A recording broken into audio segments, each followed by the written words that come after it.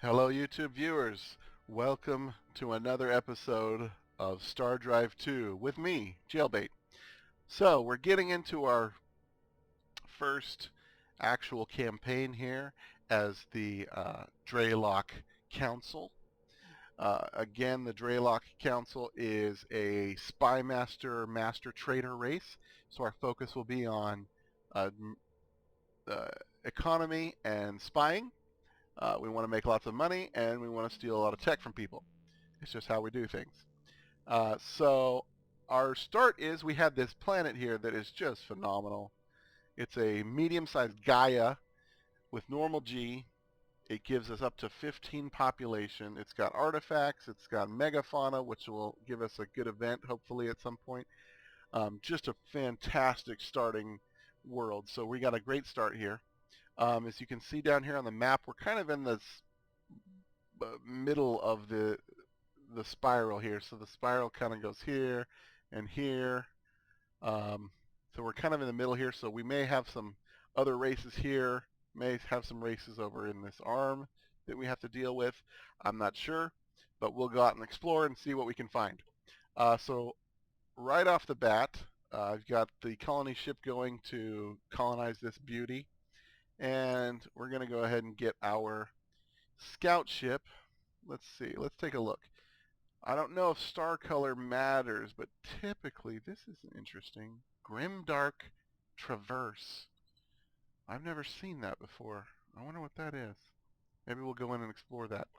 So yeah, I don't know if color matters, but typically like the yellow suns provide the best planetary environments, habitable planetary environments. So I think what we'll do, yeah, so let's go out this way with our scout, and what I'll do is do a little loop around like this and then up into the arm over here. I think that will be a good strategy there. Now, if you missed all the opening sequence to this, go ahead and check out my channel. I've got an episode 0 of Stardrive that gives a lot of information about the game, about each race, about some of the customizations you can do with the races, and some of the opening stuff that we've seen here, the menus up here, what some of this stuff means and what we can do. So I invite you to go check that out. But for now, let's get the game going. I'm gonna go to my Empire Management here.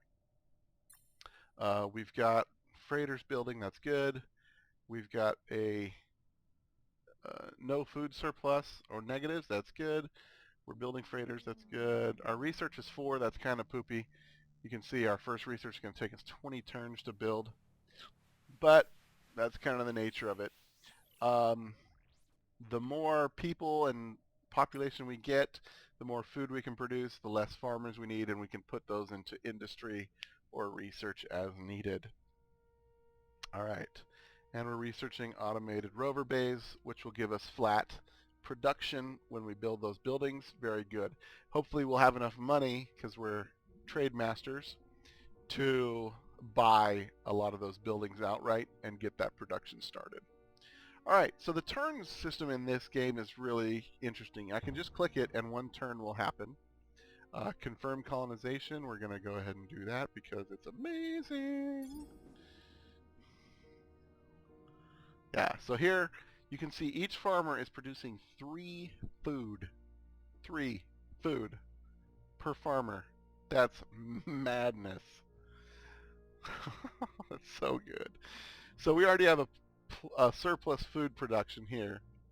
So once we get some freighters built, I'll go over to my other planet, and you can switch between planets up here. And I'll switch one of my farmers probably over to research or maybe industry. Um,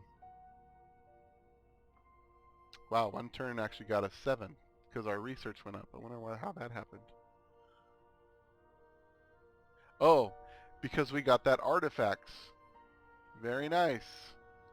So research per scientist, that artifacts is a resource, and that resource is, um, it looks like it's empire-wide. That is really good. That is really good. I can't stress how much good we have in this opening start. Um, cool beans. So yeah, once we get some freighters going where we can shove food back and forth, we'll take one of these guys off and maybe put them into production or research, depending on what the balance of production is going to be. All right, let's go to... Oh, so I was talking about the turn system. So you can just press the button and it will do a turn. Or you can hold down your space bar, because say I want the, it's going to take 3 turns for this guy to get there. I don't expect anything to happen for 3 turns. Instead of just clicking this and waiting for it to happen and then clicking it and waiting for it to happen, I can just hold down spacebar until he gets there. And see, it's gone through 2 or 3 turns already. Scouts have arrived here. We can go check that out. We've got spice here. Tiny tundra. Abundant, but only 1 population. I'm not keen on that. Ultra poor, low G, that's kind of poopy too. Ice Age is terrible full. We could try terraforming it with the proper technology. If we really polluted the hell out of it, we could... the ice would melt. So there's a couple, it basically tells you there's a couple ways we could deal with this negative effect here. That's cool. Spice, exploitation bonus, control 4 or more, +1 research per scientist throughout the empire. Oh, so another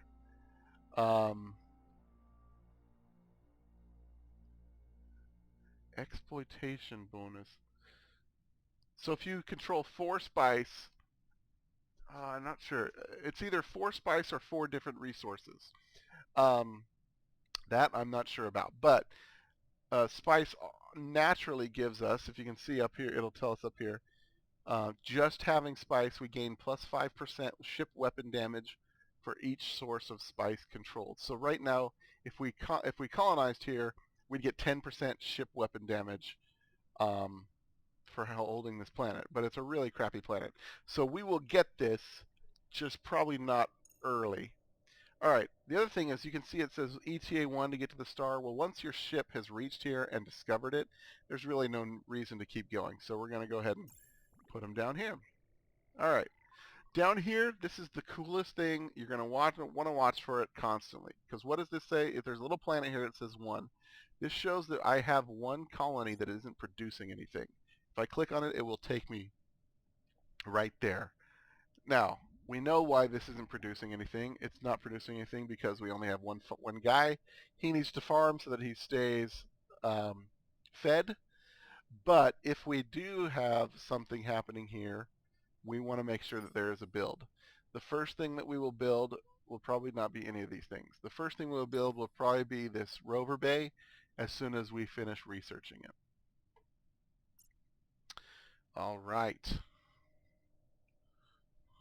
So let's go ahead and keep the turns going. You can see I'm holding down. Oh gosh, here we go. The GNN. Hello and welcome to GNN, the Galactic News Network, broadcasting to you live from a highly secure location. Maybe I should do this robot voice. In today's news, reports are filtering that 6 new races have taken to the stars. Maybe not. Marking the start of new cycle. Will these fledgling races repeat the mistakes of those who came before them, or will one champion emerge to claim a victory? Over the coming weeks, we will be taking a closer look at each of these races to see how they are coming along now that they have those star drives working for them. We'll be back with more as we have it. Until then, this has been GNN. So, the GNN in this game is really odd, I think, because apparently all along there's been this super technological hyper race that has been just watching the galaxy waiting for star drives to technology to be discovered. And it has, by 6 races at the same time, no less.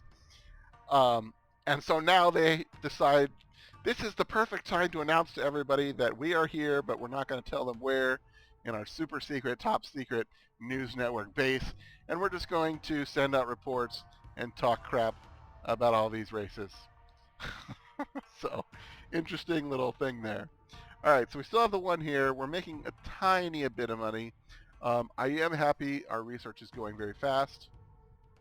You can see here 8 turns, and we'll have our automated rover bay, which will boost up our production. What is the deal with our freighter fleet? Okay, so we'll have a freighter fleet in 3 turns. And as you can see here, it would cost 28 to buy the freighter fleet and finish the construction quickly. But we're going to want to hold on to our money for now until we get the goods to start buying everything possible. All right, so we're just going to keep exploring. Here we go. The Entar system. Not to be confused with Endor, because... Oh my gosh, look. We have a large Terran. It's also poor. Normal G. 16 population. So good. And it's got delicacies. This gains 5 approval per delicacy controlled. Hey, Lemba seeds. Ooh. This one's got people on it already.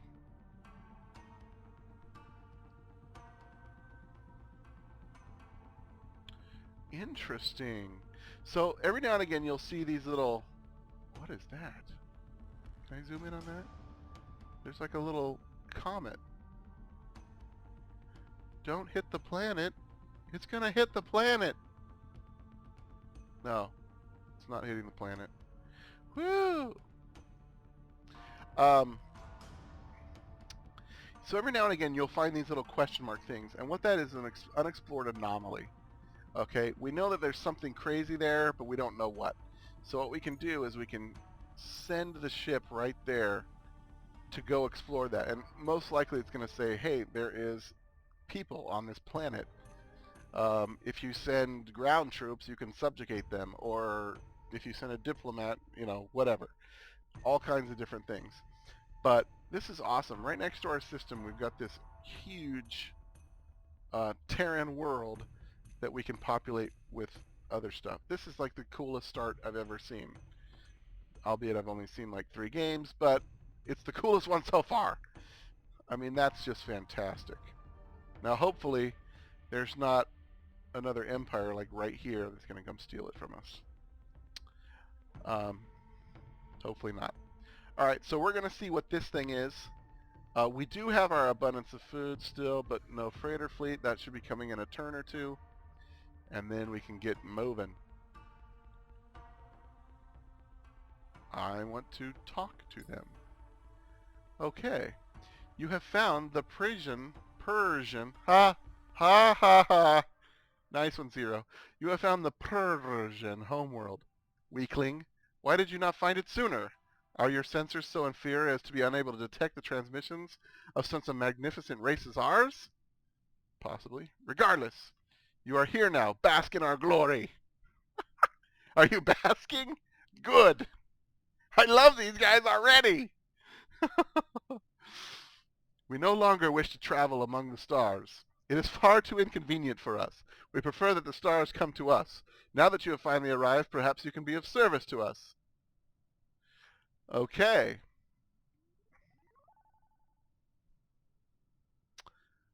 The Persians are a hardy race of feline-like people with a strong penchant for hedonism. They seem to have a great number of androids doing their work for them while they mostly lounge about.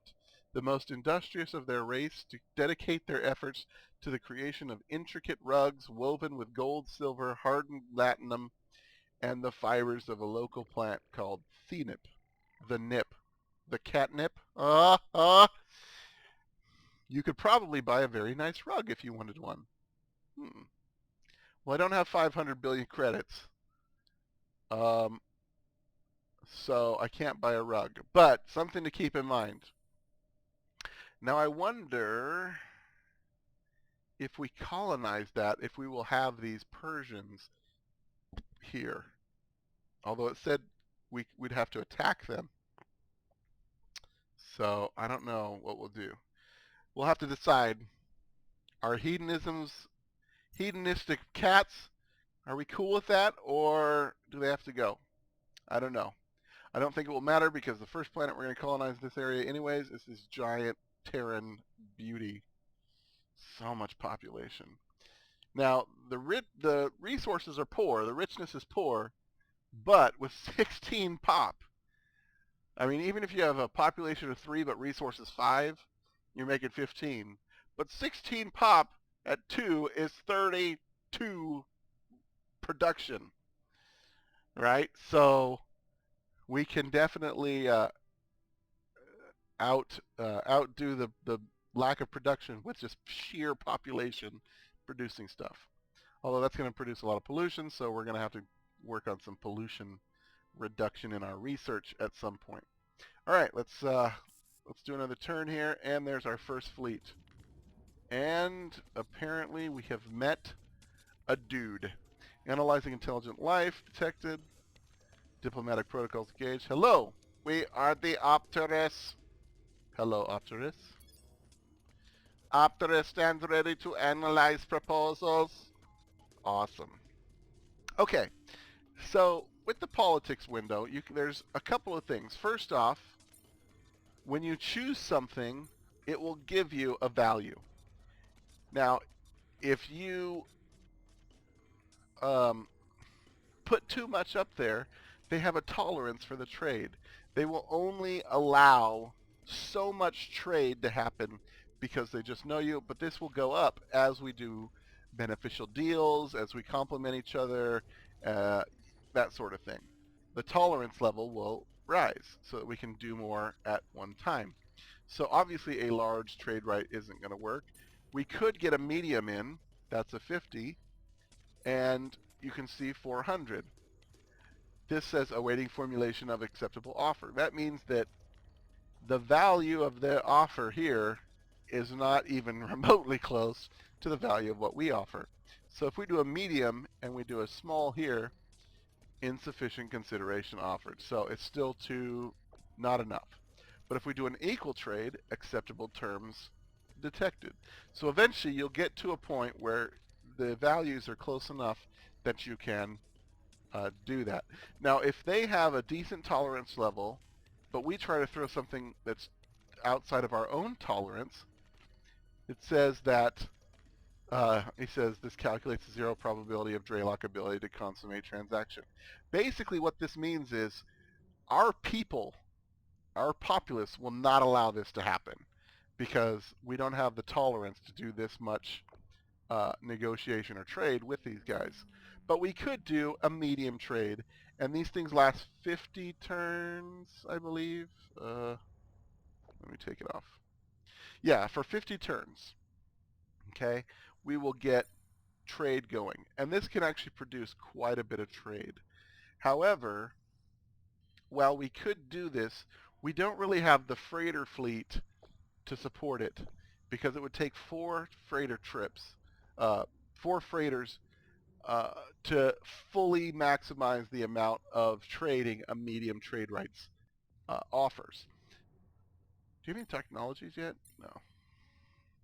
What about your colonies? No. Resources? No.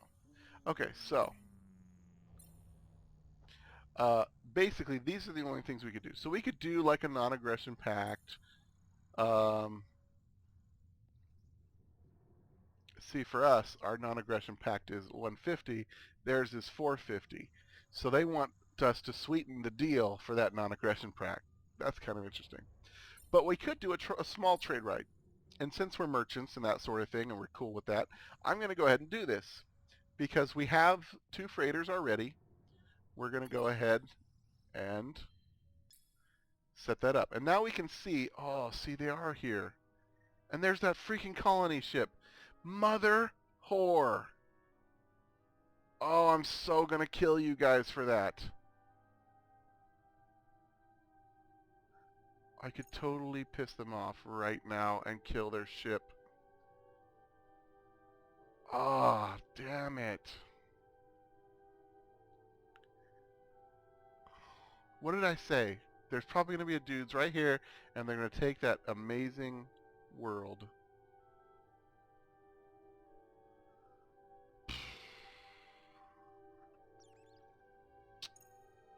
Do we really want to get into a fight at this moment?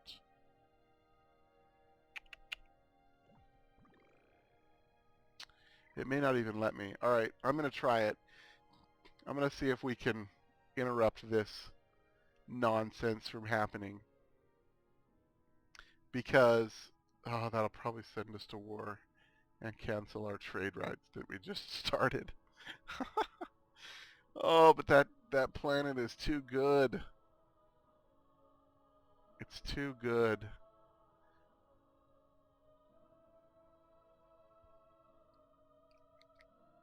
So our merchant, you can see our income went up from like +3 to +11 because of our trade. Yeah, we're getting 8 out of trade treaties. Oh, I don't know, guys. This is a tough decision. This is difficult, because it's such a good planet. On the flip side, it'll take us a while to build a colony ship. So we'd basically be at war for these guys for a long time, because we'd have to build ships, we'd have to build stuff to defend it and keep it defended, defend our own place, and build the thing. On the other hand, these guys are super industrious.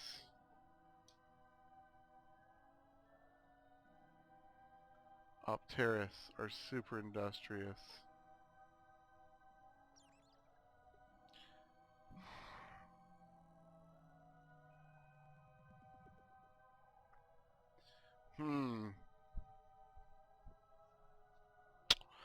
I don't know, guys.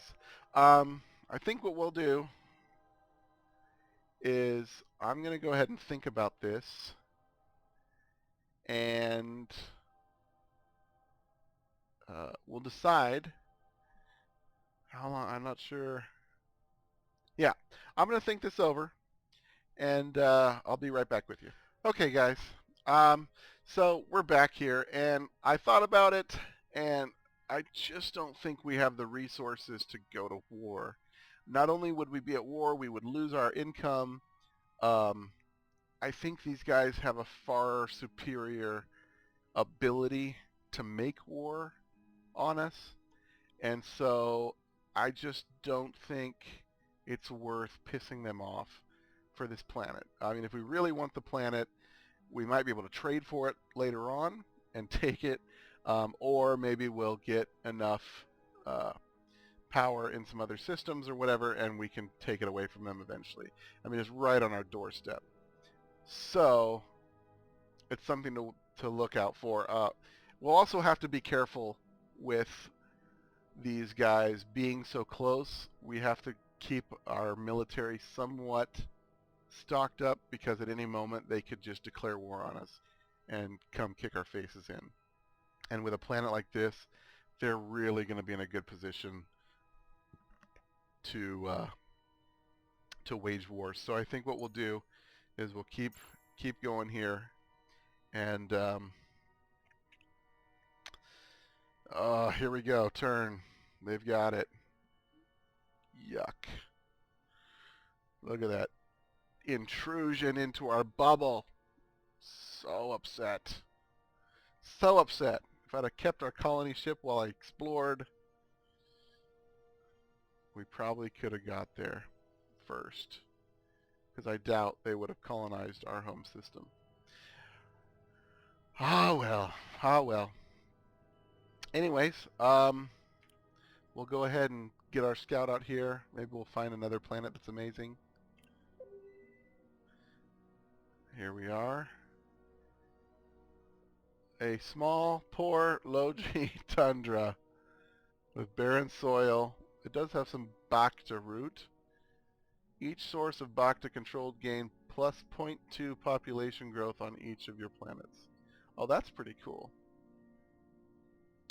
But again, it's not a good enough planet to colonize right off the bat.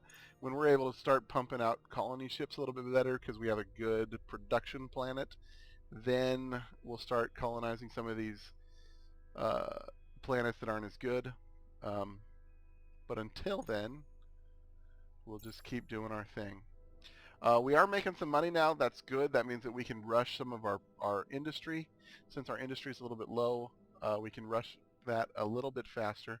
We do have some freighters here, but they are, see here, they are being taken up by trade. Um, and so we can't use them to ferry food, which means we can't change our people here. Because if we do, you can see we're going to lose because we have a food shortage because we don't have the freighters to do it. However, what we could do is we could buy up this freighter now that we're making money. I think we'll do that. We'll buy this freighter construction. I'm okay with keeping this for now because we're going to want at least a small military presence. But I think we're going to want to put a spy over there to start looking at some of their stuff. And then our production facility will get done. When that's done, I'm going to rush that up to the top so that we can get some extra production going on.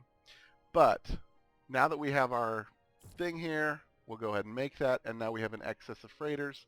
So if I do this, you can see now our food is 0, but our freighters are in use ferrying food. That gives us a net production of 7. What was it before? 6.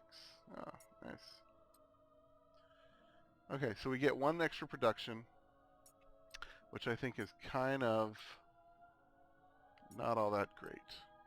This gives us 3 extra research. I think that will be better for us in the long run. And our advanced river bay is next turn. There it is. +1 production per worker, +5 flat production bonus. That's going to be fantastic. So I'm going to come over here to the build queue. Automated rubber bay, we want that, boom, at the top. Because that is going to be phenomenal. How much to buy this thing? I don't know. 320. So we're going to have to wait on that a little bit. And then we want to come over here and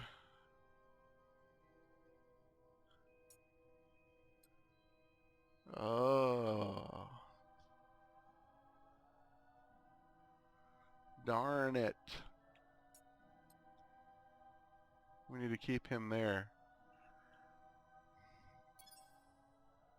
We want this here. But nobody's building. Okay, so what we may want to do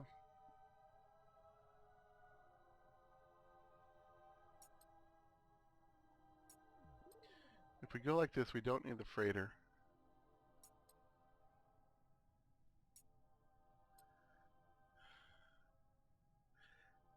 Yeah, I think what we're going to do. So one of the things that's cool is you can ferry people to different planets. Okay, so we could go like this, and it will take 1 citizen from Drelloc and take it to Drell 2. Now we're going to lose some science for a second, but this will actually kickstart the production on this colony, which we really want, because the faster this is producing, the better things are going to be. So I think we'll do that, and it should only take a turn maybe for that to happen. And then I said we were going to do research next. Oh man, I really kind of want this Imperial University because with those that huge population planet, we can put a lot of researchers on there and really jump our research. But that's going to be a little bit. And we might be able to get this from another race. Whereas these research labs will just give us that flat research to start doing things.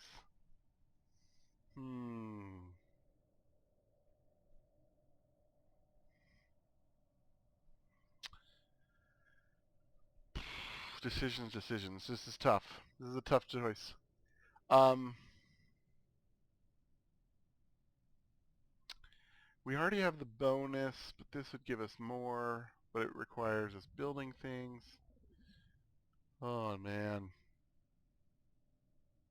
They both take away 1 per thing. You can see up there in the upper right-hand corner of the description, it says -1 golds, or whatever the monetary thing is. That means -1 per turn to have this in there. So you kind of have to be careful. Some of these are expensive. See, so this one is -2, but this one is +1 food per farmer on worlds where base food per farm is greater than 0. So soil enrichment would be really good for our planet since they're producing food already. This will just give us a boost, whereas these ones are just a flat +3 food per turn. Has nothing to do with how many farmers you have on there. So, yeah, I think uh, while this would be fantastic, it's going to take us a while to get our population up to the point where it would be really useful. So I think we go with the research lab here. Astrometrics labs is something that you can just build. It's +5 research per turn, and you put them on ships. Um, and so if you build a bunch of ships, I think these stack, so you could have a ton of research just by having a bunch of research ships floating about, but I'm not exactly sure how that works, so I'm going to go safe here, and we'll just do a research lab.